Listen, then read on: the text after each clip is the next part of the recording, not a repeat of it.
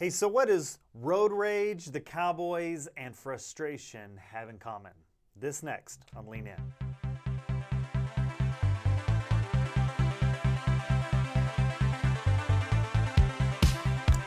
Welcome to Lean In. This is our way of being able to discuss at a little bit deeper level about the message. And so we're in a series called You're Not the Boss of Me. Yep. And it's talking about emotions that try to control us. And I'm on the hosting side, John. Yeah, it feels weird over here. I don't like this. Yeah, because you're the one that preached, Yeah.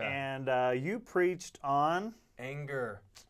anger. It's not the most fun thing to talk about, and I kind of made a joke that few of us deal with it. Right. When it feels like a lot of us deal with anger, and so it was kind of one of those personal messages where it's like, man, this is the emotion that I struggle with. Out of all the other emotions, this is the one that fights for control or wants to fight for control the most in my life. So Yeah, appreciate you being honest about that. So I guess my first question in regards to this anger, if we could dig down into it, how does anger control us? I think there's lots of different ways, but as we were talking in the message, the root of it is that we're not getting our way. Okay. We're not getting our way, and maybe it happens with your kids or a spouse. Something happens and your kid disrespects you. You want that respect, and so you're not getting your way in that moment. So what do? You start to say, well, this is okay to allow anger because I do want my way. And so it feels good to get your way. I mean, you want your way. And so what is anger kind of becomes that tool to get your way. It's almost a form of manipulation a little bit. Right. And you can use it with your coworkers, or maybe you're loud. And we talked about this. There's different versions of anger. There's extroverted anger where you're going to use that loud, angry voice to get your way. And you're going to manipulate them, and you're going to hope it gets you your way.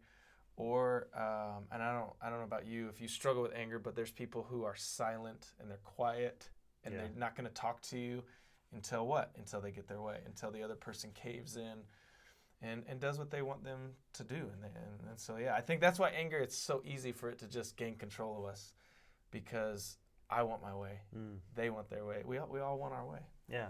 So I guess answer the question then, what does road rage, the Cowboys, and frustration have in common? I mean, you made this kind of declaration, and so... Yeah, I mean, the Cowboys part was just a dig, mostly at you. Yeah, mostly me. Appreciate that. We're not already hurting. But yeah, I think all of it comes down to, road rage. You're on the road, someone cuts you off. Yeah. Oh, no, they didn't, right? That's my lane. That's where I'm supposed to be. Or someone's not driving well. They don't treat me like that. I'm not getting my way in those moments. Yeah.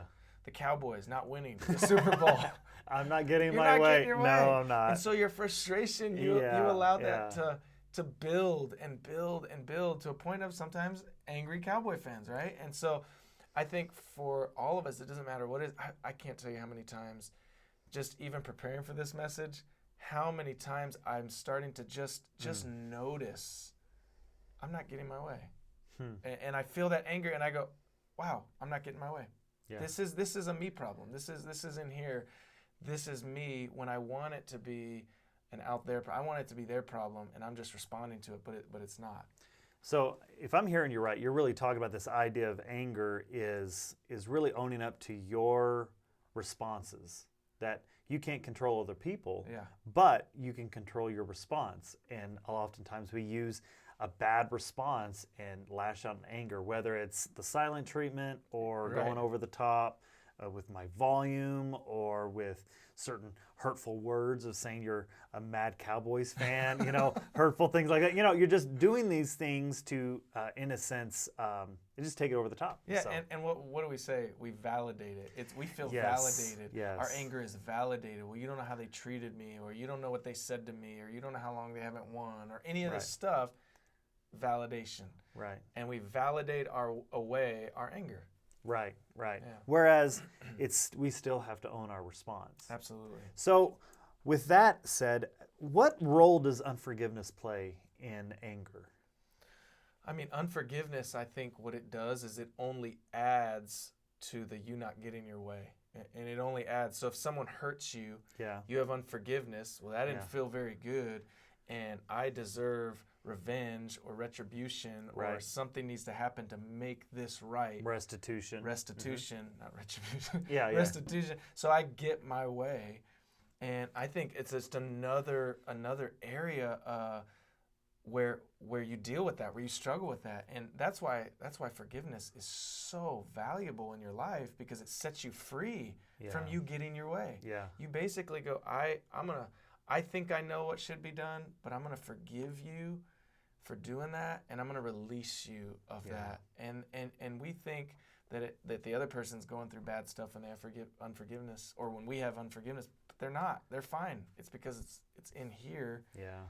So I don't know if that makes sense. No, Yeah. I think it does, and I think really unforgiveness becomes that poison in all of our heart that permeates in all the other areas, which you have unforgiveness at work, and yet you're bringing that home with the kids, and so anger becomes just this short fuse. There's a reason why you have a short fuse, and I'm with you, man. This is one of these emotions that I do have to kind of keep closely monitored. So with me and everyone else there in Facebook world and YouTube land, how do we deal with this anger problem? How do we fix it? I mean, it's a different journey for everybody, but I think it starts with that root of giving up what you want in those moments where you go, I'm not getting what I want, and I have to be okay with that. These desires that are inside of you, and James says it really, I mean, just perfect. And he writes in James 4:2, he says, what causes fights and quarrels among you? Don't they come from your desires that battle within you? You desire but do not have, so you kill. You covet but you cannot get what you want, so you quarrel and you fight. And the reason I think that's so important is he's showing us we all have desires on the inside of us. But when you don't get your way, when you don't get what you want, when you don't get that respect or that credit or any of that stuff, it causes that anger to come up, and you want to fight for it. You want to make sure you get your way. And I wrote this down because I think it's so powerful. I think when you give up what you want and you go, I realize I'm not getting what I want, when you realize that, anger loses its power in your life. That's a good point. And you start releasing that, where before you're like, I'm gonna validate this, I'm gonna get angry. Once you give up your right to go, hey, I'm gonna give up what I want, anger loses power in your life. And it's pretty powerful stuff. Well, I don't know about you, but I think for all of us, we all need to work on this. And it's not just about monitoring our behavior, right? It's about monitoring the heart. And when you and I give up our rights to get what we want, I mean, we are really uprooting these little seeds of bitterness and anger that are in our life. And so I think that's kind of our next step, is to really think through, of just when the last time you had a fight, why? What were you not getting your way? And maybe the first step is the awareness and kind of taking a step back from that. Well, thanks for watching, and I can't wait for this next week. It's going to be fun as we talk about fear, the emotion of fear on Mother's Day. So come out and check it out this Mother's Day as we talk about the next emotion, fear. Yep.